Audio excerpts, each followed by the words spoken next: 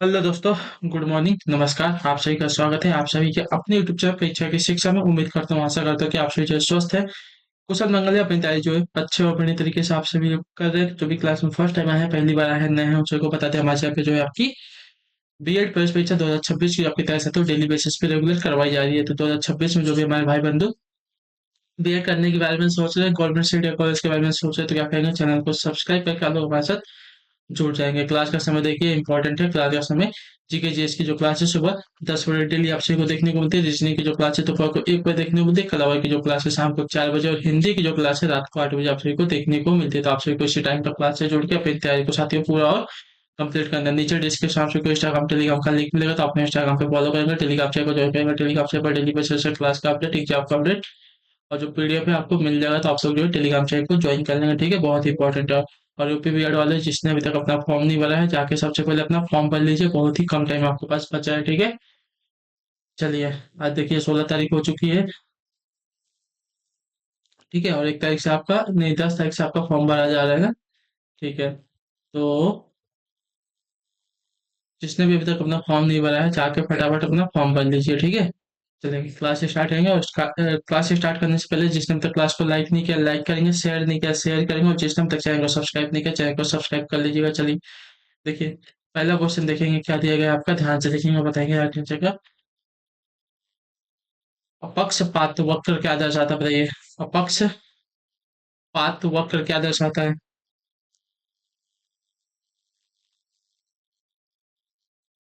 आय तथा पूंजी का स्तर दर्शाता है, तो वस्तु से प्राप्त संतुष्टि को दर्शाता है, तो व्यापारों से प्राप्त आय को दर्शाता है, या व्यय तथा बचत का संबंध दर्शाता है, क्या दर्शाता है। तो अपक्ष पात्र वक्र जो है, दो वस्तुओं से प्राप्त संतुष्टि को दर्शाता है, ठीक है। तो ऑप्शन नंबर जो बी दिया गया है राइट आंसर। अगला क्वेश्चन देखेंगे 27 नंबर, उत्तर दीजिएगा। Right answer. भारतीय संविधान में न्यायिक पुनरावलोकन का प्रावधान किस देश के संविधान से लिया गया है, बताइए। भारतीय संविधान में न्यायिक पुनरावलोकन का जो प्रावधान है, किस देश के संविधान से लिया गया है। तो इसका राइट आंसर हो जाता है संयुक्त राज्य अमेरिका के संविधान से लिया गया, ठीक है। ऑप्शन नंबर जो ए दिया गया है साथियों, आपका सही उत्तर हो जाएगा, ठीक है। भारतीय संविधान में न्यायिक पुनरावलोकन का जो प्रावधान है, संयुक्त राज्य अमेरिका से लिया गया। अगले क्वेश्चन को देखेंगे, आपके सामने है 28 उत्तर दीजिएगा राइट आंसर। कोई व्यक्ति भारत के राष्ट्रपति के पद पर कितनी बार जो है चुना जा सकता है, बताइए। कोई व्यक्ति जो है भारत के राष्ट्रपति के पद पर कितनी बार चुना जा सकता है, एक बार, दो बार या तीन बार, या कोई सीमा नहीं है उसकी। तो देखिए, उसकी कोई सीमा नहीं है, ठीक है। उसकी उम्र जो है 35 वर्ष होनी चाहिए सबसे पहली तो। और जो है कितने वर्ष तक, 65 वर्ष तक की आयु तक जो है चुना जा सकता है। 35 से लेकर 65 वर्ष में जितनी भी बार हो सके उतनी बार जो है चुना जा सकता है, ठीक है। तो ऑप्शन नंबर जो डी दिया गया आपका राइट आंसर हो जाएगा, क्लियर। उसकी कोई सीमा नहीं है, सिर्फ उम्र जो है उसकी सीमा है। 35 वर्ष से 65 वर्ष की आयु का जो व्यक्ति है, कितनी बार भी भारत के राष्ट्रपति के पद के लिए जो है चुना जा सकता है, क्लियर। 29वां प्रश्न दिएगा, 17 दिसंबर 1927 को जॉन सॉन्डर्स की हत्या किसने कर दी थी। देखिए, कल संडे था तो क्लास नहीं आई थी। कल देखिए मीटिंग रखे थे ये लोग, ठीक है। तो सुबह जाके मीटिंग में आ गए थे। आज वापस ये लोग बोले थे 9 बजे से मीटिंग में, बोला मैं नहीं आ पाऊंगा, देखा जाएगा, ठीक है। तो आपकी क्लास के लिए अपनी मीटिंग मीटिंग कूपन छोड़ दे रहा हूँ। तो संडे को तो समझ में आता है कि आप लोग भी बिजी रहते हो, क्लास नहीं देख पाओगे, ठीक है। लेकिन डेली बेसिस पे क्लास आपकी नहीं छोड़ सकते ना। जिसकी वजह से आज जो है, मैंने मना कर दिया कि आज आपकी मीटिंग में मैं तो नहीं आ पाऊंगा, ठीक है। चलो देखते हैं उसके बाद क्या होगा। अभी तक कुछ रिप्लाई तो आया नहीं है, उसके बाद देखा जाएगा, ठीक है। 17 दिसंबर 1927 को जॉन सॉन्डर्स की हत्या किसने कर दी थी। तो देखिए, इसका राइट आंसर आपका हो जाएगा साथियों, भगत सिंह ने। ऑप्शन नंबर जो ए दिया गया है आपका सही उत्तर हो जाएगा। 17 दिसंबर 1927 को जॉन सॉन्डर्स की हत्या भगत सिंह एवं उनके साथियों ने कर दी थी। सॉन्डर्स जो है लाहौर का पुलिस अधिकारी था, ठीक है, याद रखिएगा कहाँ का, तो पुलिस अधिकारी था लाहौर का। चलिए, 30 नंबर प्रश्न है, भारत सरदार वल्लभ भाई पटेल रिक्त स्थान के अग्रणी थे, किसके, भूदान आंदोलन के, रॉलेट सत्याग्रह के, बारदोली सत्याग्रह के, या स्वदेशी आंदोलन को, बताइए। सरदार वल्लभ भाई पटेल जो है किसके अग्रणी थे। देखिए, इसका आइडेंटिफाई हो जाता है बारदोली सत्याग्रह, ठीक है। ऑप्शन नंबर जो आपका सी दिया गया साथ के आपका सही उत्तर हो जाएगा, क्लियर। देखिए, हम लोग 10 के, ठीक है। आप लोग सिर्फ हम लोग जो है सिर्फ 10,000 के बहुत ही करीब है। 10 सब्सक्राइबर्स हमें चाहिए, लेकिन ये भी जो है एक हफ्ते में हमसे कंप्लीट नहीं हो पा रहा है, ठीक है। चलिए कोई बात नहीं, या तो कुछ दिक्कत होगी, कोई परेशानी होगी हमसे किसी को, जिसकी वजह से नहीं हो पा रहा है। कोई बात नहीं, कर लेंगे धीरे धीरे, जैसे इतना दिन हुआ वैसे उसको भी कर लेंगे। अभी मेरा सिर्फ एक ही काम है, आपको पढ़ाना, आपको समझना है, समझिए। नहीं नहीं समझ में आएगा तो हम आपको समझाएंगे। बाकी व्यूज, सब्सक्राइबर्स, लाइक, सब्सक्राइब सबके पीछे नहीं जाएंगे, ठीक है। जिसको जो करना है करेगा। किस प्रकार के वन जो है मुख्यतः शैवालों तथा काई से बने होते हैं, बताइए। किस प्रकार के वन जो है मुख्यतः शैवालों तथा काई से बने होते हैं? इसका राइट आंसर क्या हो जाएगा? तो आपका राइट आंसर होगा टुंड्रा वन के, ठीक है। ऑप्शन नंबर जो बी दिया गया आपका सही था। टुंड्रा वन जो है मुख्यतः शैवालों तथा काई से बने होते हैं। क्लियर? चलिए, निम्नलिखित में से किसका दैनिक तापमान में अंतर सर्वाधिक होता है, बताइए। दैनिक तापमान में अंतर जो है सर्वाधिक किसका होता है? मरुस्थल का, पर्वत का, पठार का, महासागर का? तो देखिए इसका राइट आंसर आपका हो जाएगा यहाँ पे मरुस्थल होगा, ठीक है। ऑप्शन नंबर जो ये दिया गया है आपका सही उत्तर हो जाएगा, ठीक है। रात में जो है -डिग्री तक जाता है और दिन में जो है 40 डिग्री पार कर जाता है, ठीक है। चलिए अगले क्वेश्चन को देखेंगे। आपके सामने क्या देगा? 33 नंबर, निम्नलिखित में से किस विटामिन की कमी से जो है रतौंधी होता है, बताइए। किस विटामिन की कमी के कारण जो है रतौंधी होता है? Vitamin B, vitamin C, vitamin K या विटामिन ए?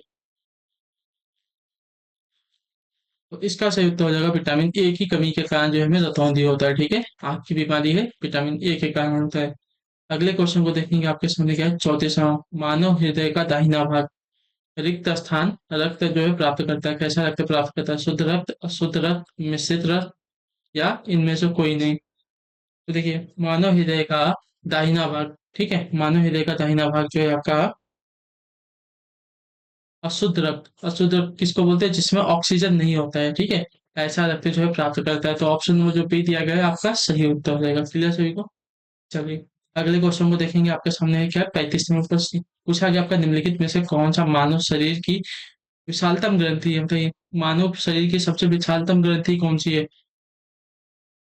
तो मानव ग्रंथि की सबसे विशालतम ग्रंथि आपके यहाँ पे जिगर है, ठीक है। ऑप्शन नंबर जो बी दिया गया आपका सही उत्तर, या यकृत जिसको बोलते हैं। सॉरी। क्लियर? चलिए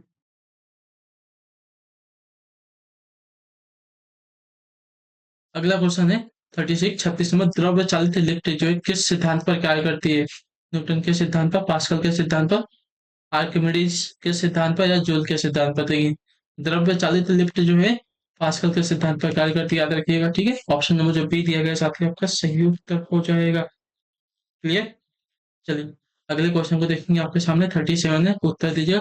MICR के असंक्षिप्त रूप में आई का क्या अर्थ होता है, बताइए। MICR के असंक्षिप्त रूप में आई का क्या अर्थ होता है? तो देखिए इसका फुल फॉर्म होता है मैग्नेटिक इन कैरेक्टर रिकॉग्नाइजेशन। तो आई का अर्थ होता है इंक, यानी कि स्याही, ठीक है।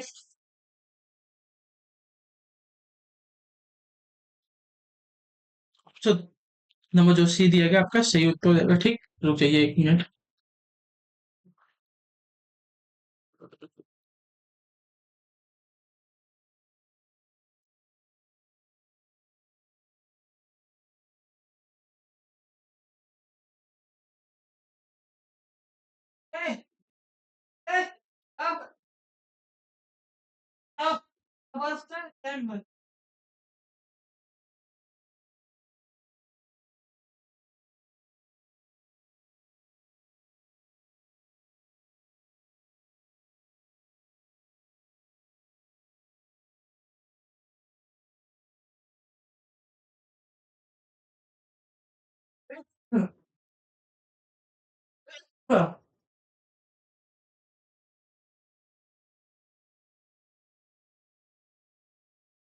ठीक है, चलिए स्टार्ट करते हैं वापस क्लास को।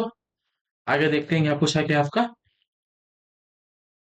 38 नंबर, 38वां, कांस्य यानी कि मिश्र धातु में मुख्यतः घटक कौन से होते हैं? कांस्य मिश्र धातु में मुख्यतः घटक कौन से होते हैं? कांस्य यानी कि ब्रॉन्ज, ठीक है। तो इसमें आपका होता है साथियों तांबा तथा रांगा, ठीक है, याद रखिएगा। क्लियर।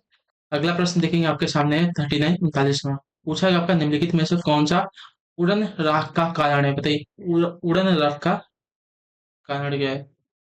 जल विद्युत ऊर्जा केंद्र है, कोयला दहन ऊर्जा केंद्र है, नाभिकीय ऊर्जा संयंत्र है, या ज्वारीय ऊर्जा संयंत्र है? ऊर्जा राख का कारण आपका हो जाएगा यहाँ पे कोयला दहन ऊर्जा केंद्र, ठीक है। ऑप्शन नंबर जो बी दिया गया राइट आंसर होगा। अगले प्रश्न को देखेंगे आपके सामने है 40वां। सापेक्षता का सिद्धांत किसने विकसित किया था बताइए? सापेक्षता का सिद्धांत किसने विकसित किया था? तो इसका सही उत्तर हो जाएगा अल्बर्ट आइंस्टाइन, ठीक है। ऑप्शन नंबर हमारा जो डी दिया गया साथी आपका राइट आंसर होगा। क्लियर सभी को? चलिए अगला प्रश्न देखेंगे आपके सामने है क्या 41 41 नंबर। निम्नलिखित में से कौन एक विशिष्ट चित्रकार है बताइए? एक विशिष्ट चित्रकार उदय शंकर, सोनल मानसिंह, अमृता शेरगिल या यामिनी कृष्णमूर्ति? तो यहाँ पे राइट आंसर होगा अमृता शेरगिल हो जाएगा, ठीक है। ये आपकी क्या है? एक विशिष्ट चित्रकार है, पेंटर है, ठीक है। तो ऑप्शन नंबर हमारा सी जो दिया गया राइट आंसर है। चलिए 42 42 number. Hema Malini beyond the dream girl किस लेखक या लेखिका द्वारा लिखी गई है बताइए? Hema Malini beyond the dream girl, ठीक है, किस लेखक या लेखिका द्वारा लिखी गई है? तो ये लिखी गई है साथियों आपकी राम कमल मुखर्जी के द्वारा। ऑप्शन नंबर जो सी दिया गया साथियों आपका सही उत्तर हो जाएगा। अगला प्रश्न देखेंगे आपके सामने क्या है 43 43 नंबर। मेरियाना मेरियाना खाई किसके लिए प्रसिद्ध होती है? मेरियाना खाई जो है किसके लिए प्रसिद्ध है? मेरियाना खाई की अगर बात करेंगे तो आपका राइट आंसर होगा पृथ्वी पर सबसे गहरे बिंदु के लिए प्रसिद्ध है, ठीक है। मेरियाना खाई जो है पृथ्वी पर सबसे गहरे बिंदु के लिए प्रसिद्ध है। तो ऑप्शन नंबर हमारा सी सही उत्तर हो जाएगा, याद रखिएगा, ठीक है। क्लियर सभी को है? देखिए कुछ दिक्कत परेशानी आपत्ति आपको होगी तो आप हमें बता दीजिए। भारत के केंद्रीय मंत्रिमंडल में सबसे अधिक कितने मंत्री हो सकते हैं? तो ये भारत के केंद्रीय मंत्रिमंडल में सबसे अधिक जो है कितने मंत्री हो सकते हैं? तो इसका राइट आंसर लोकसभा की कुल संख्या का 15%, ठीक है। ऑप्शन नंबर जो ए दिया गया है साथ ही आपका राइट आंसर हो जाएगा। क्लियर। चलिए, तो भारत के केंद्रीय मंडल में सबसे अधिक कितने मंत्री? तो लोकसभा की कुल संख्या का 15% हो सकते हैं। 45वां प्रश्न है स्वतंत्र भारत में पहली बार जो है मुद्रा विमुद्रीकरण का प्रयास जो है कब हुआ बताइए? भारत स्वतंत्र भारत में पहली बार जो है मुद्रा विमुद्रीकरण का सबसे जो प्रयास है कब हुआ था? तो ये आपका हुआ था साथियों 1978 में, ठीक है। भारत में पहली बार मुद्रा विमुद्रीकरण का जो प्रयास है 1978 में हुआ था। ऑप्शन नंबर जो सी दिया गया साथियों आपका सही उत्तर होगा, ठीक। क्लियर। चलिए अगला प्रश्न है आपके सामने 46वां प्रश्न क्या देगा? निम्न वन्य जीव अभ्यारण्यों में से कौन सा उत्तर प्रदेश में स्थित है बताइए? खेनी वन्य जीव अभ्यारण्य, करेरा वन्य जीव अभ्यारण्य, गोरी वन्य जीव अभ्यारण्य या चंद्रप्रभा वन्य जीव अभ्यारण्य? तो इसका आइटम जो होगा चंद्रप्रभा वन्यजीव अभ्यारण्य। ऑप्शन नंबर जो डी दिया गया साथी आपका सही उत्तर होगा, ठीक है। ये आपका उत्तर प्रदेश में स्थित है। अगला प्रश्न देखेंगे आपका 47 47 में। गांधी जी ने रविन्द्रनाथ टैगोर को प्रेम से क्या उपाधि दी थी बताइए? गांधी जी ने जो है रविन्द्रनाथ टैगोर को प्रेम से क्या उपाधि दी थी? तो आपका सही उत्तर हो जाए यहाँ पे गुरुदेव की उपाधि, ठीक है। तो ऑप्शन नंबर जो आपका बी दिया गया आपका राइट आंसर। रविन्द्रनाथ टैगोर ने गांधी जी को महात्मा की उपाधि दी थी, ठीक है, याद रखिएगा। अगला प्रश्न है आपका 48 48 नंबर। उसे सबसे बड़े देश का उस सबसे बड़े देश का नाम बताइए जिसकी सीमा में एक भी नदी नहीं बहती है? तो आपका राइट आंसर सऊदी अरब हो जाएगा, ठीक है। ऑप्शन नंबर जो बी दिया गया आपका राइट आंसर। उस सबसे बड़े देश का नाम आपका सऊदी अरब है जिसकी सीमा में एक भी नदी नहीं बहती है, ठीक है। अगला प्रश्न है आपके सामने 49 नंबर। उत्तर दीजिएगा निम्न में से कौन से वंश ने भारत के दक्षिण भाग पर शासन नहीं किया है बताइए? कौन से वंश ने भारत के दक्षिण भाग पर शासन नहीं किया है? चेर, पांड्य, राजपूत या चोल? तो इसका राइट आंसर आपका हो सकते हैं राजपूत होना, ठीक है। ऑप्शन नंबर जो सी दिया गया आपका सही उत्तर होगा राजपूत वंश जो है दक्षिण भारत पर शासन नहीं किया। चेर पांड्य चोल ने जो है दक्षिण भारत पर शासन किया है, ठीक है। आखिरी क्वेश्चन 50 नंबर।